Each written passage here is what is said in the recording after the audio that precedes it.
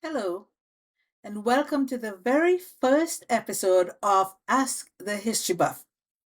I'm Lynette, your curious Canadian history buff.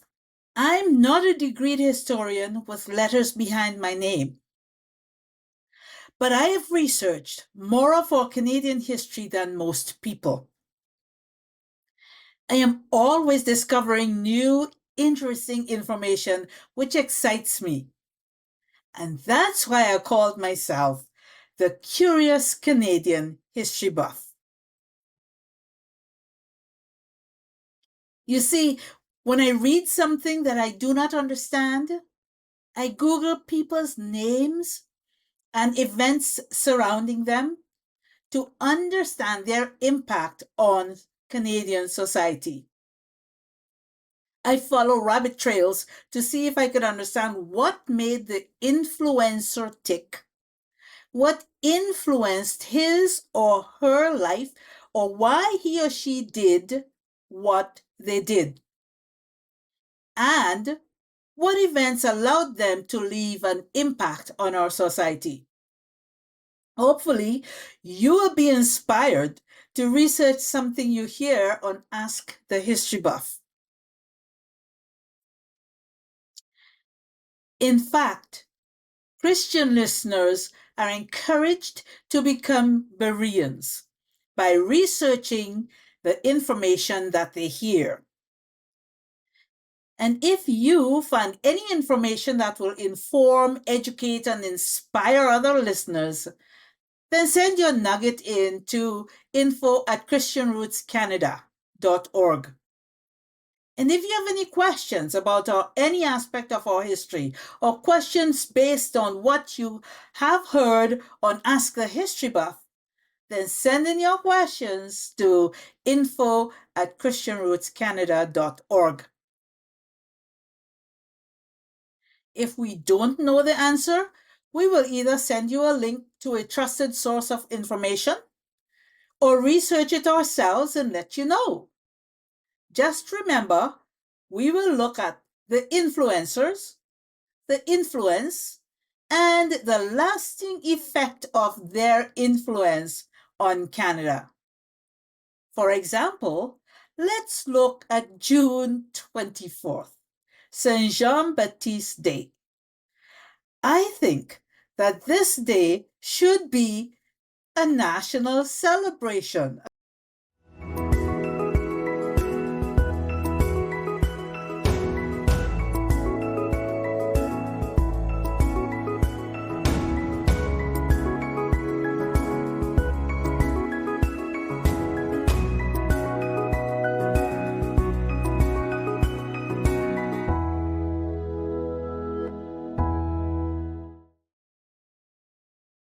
Saint Jean-Baptiste Day is also known as Fête Nationale.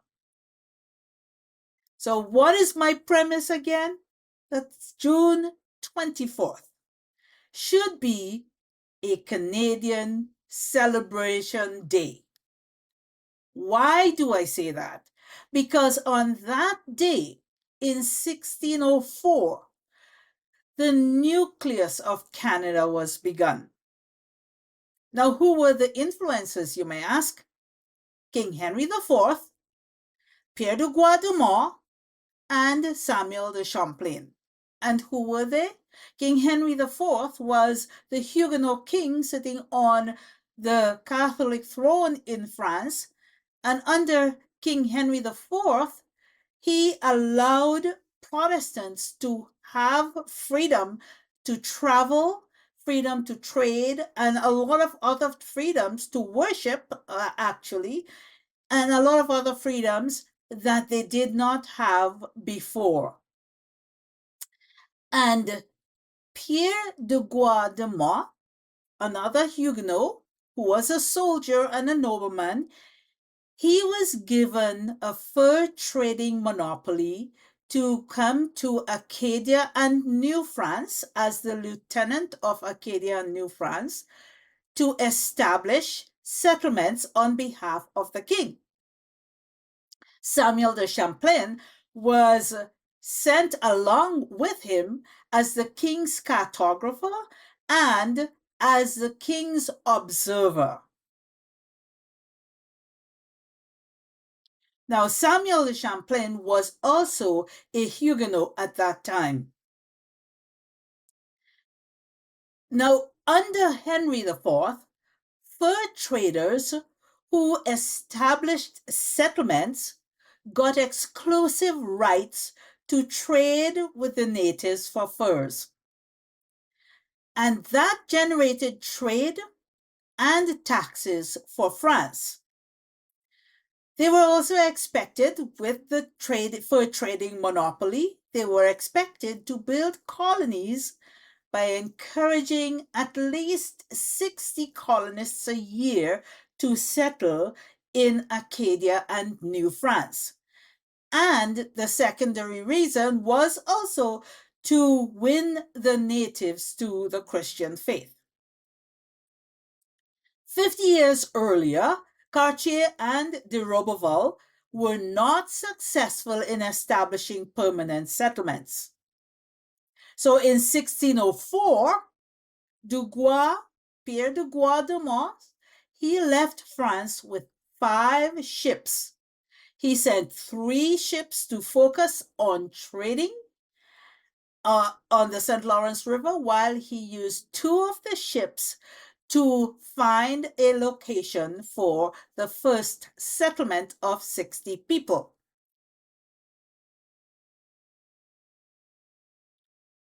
So what was the original action? They sailed from France to Acadia with ships laden with almost everything they thought they needed to settle in Acadia. By pure happenstance, they landed on St. Croix Island on a river that they named St. John's River because the date was June 24th, 1604. And June 24th happened to be the day of the celebration of the feast of St. John the Baptist, supposedly the birth of John the Baptist, and it was celebrated in France as Saint Jean-Baptiste Day. Now, you can learn all about the details of this endeavor, this trip, in Module 6 of our course, which is called the French Connection, and we will put the link in the bottom for you. This day was originally celebrated in France as one of the feast days of the Catholic Church. It was supposed to mark the birth of John the Baptist. It is still celebrated as a religious day in countries such as Denmark, Norway, Sweden, Finland, Estonia, Spain, Latvia, Ireland, and Lithuania. So my question to you is, if your birthday fell on Christmas Day, which celebration would be more important to you?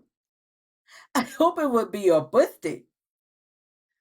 Well, that's my argument for Saint Jean-Baptiste Day, because it is really the birthday of the first ever colony settled in Acadia, when Acadia was Nova Scotia, New Brunswick, and PEI combined.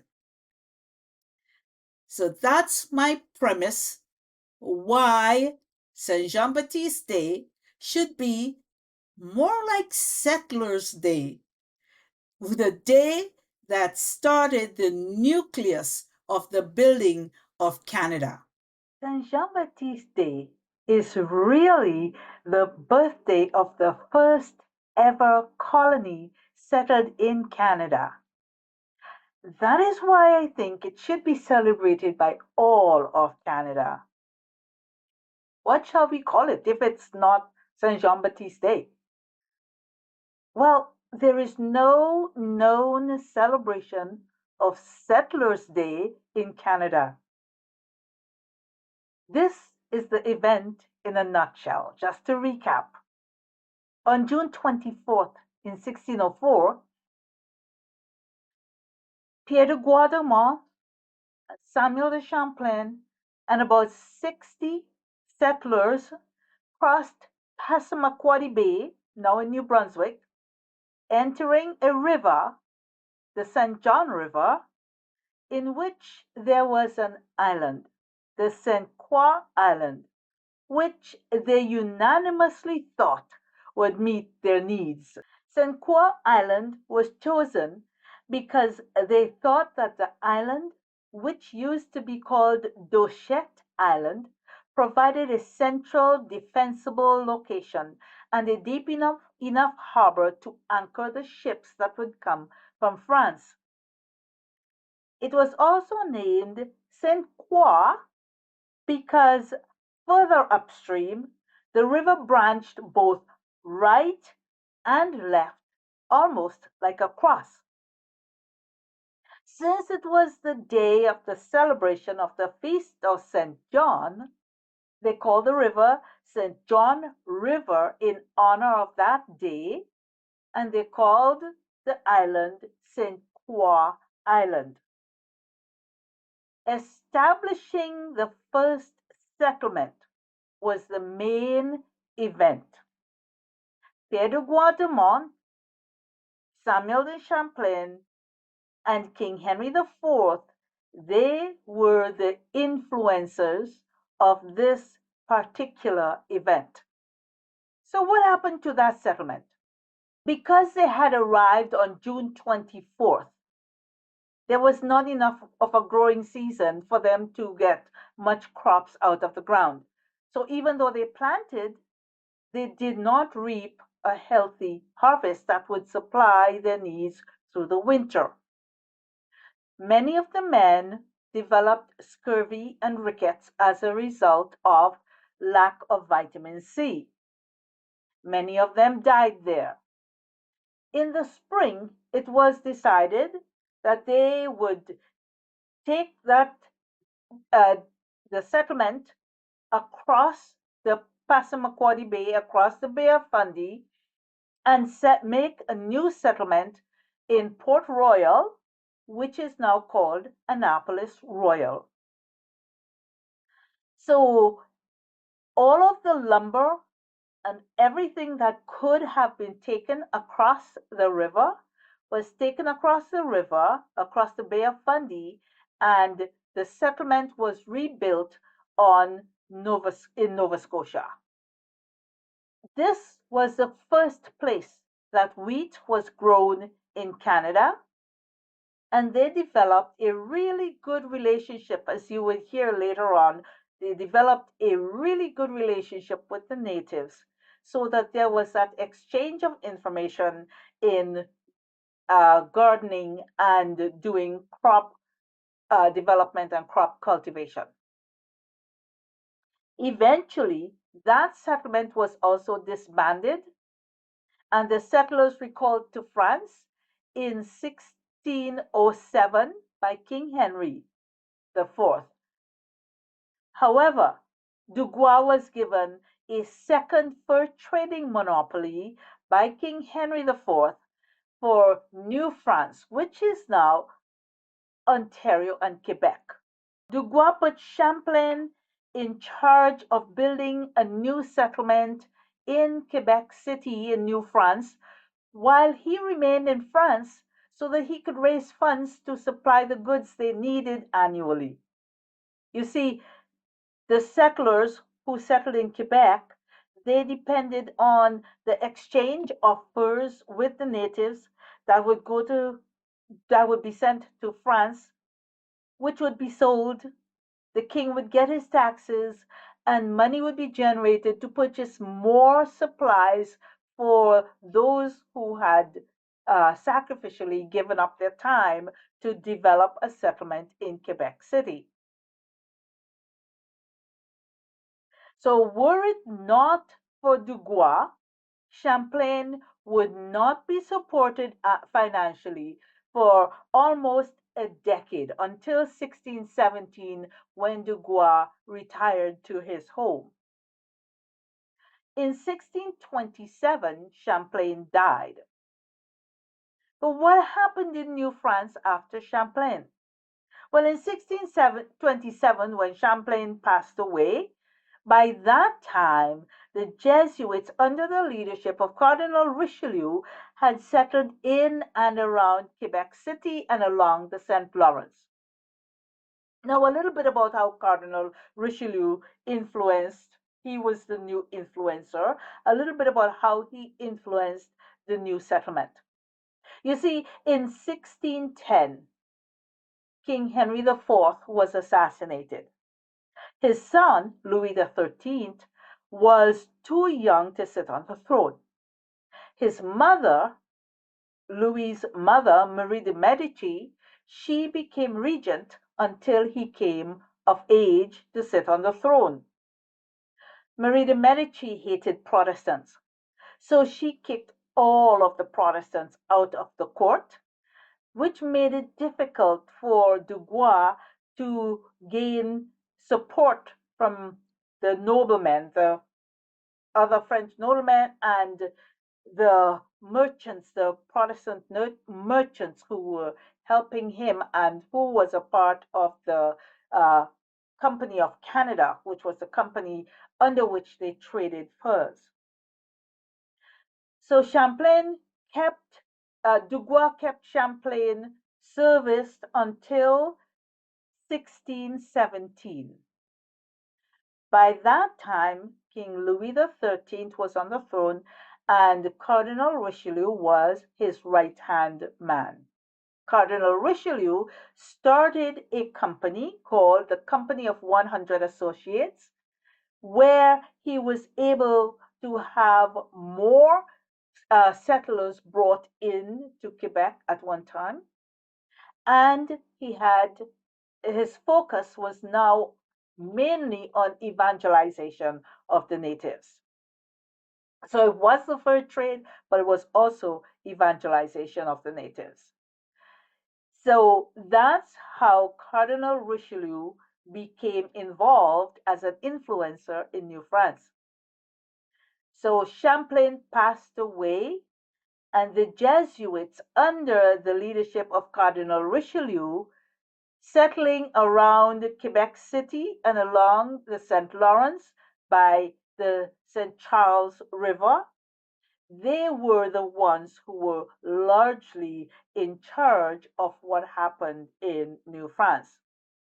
So, as far as I can tell, original religious celebration of the day, June 24th, St. Jean-Baptiste Day, was celebrated from around 1636.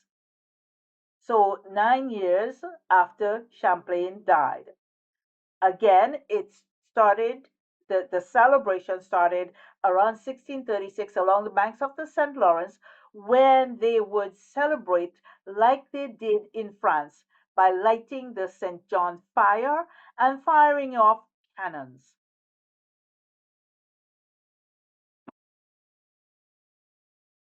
In the minds of the earlier settlers, June 24th was a feast day, Saint Jean Baptiste Day, a religious holiday. In 1694, the Bishop of Quebec, Monseigneur Saint Vallier, declared it to be a public holiday to be dedicated to prayer, look at the focus, prayer and devotion. This set the standard for the celebration until after 1759, when Britain conquered Quebec.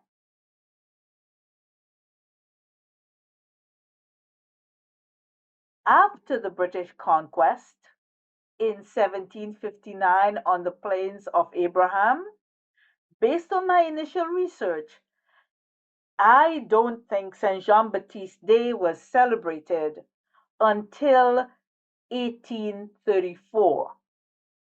And in the next episode, we will talk about why the Saint Jean Baptiste Day was celebrated not until 1834. And we would see the changes and the influencers who influenced the changes. So, watch for the next episode after the British conquest.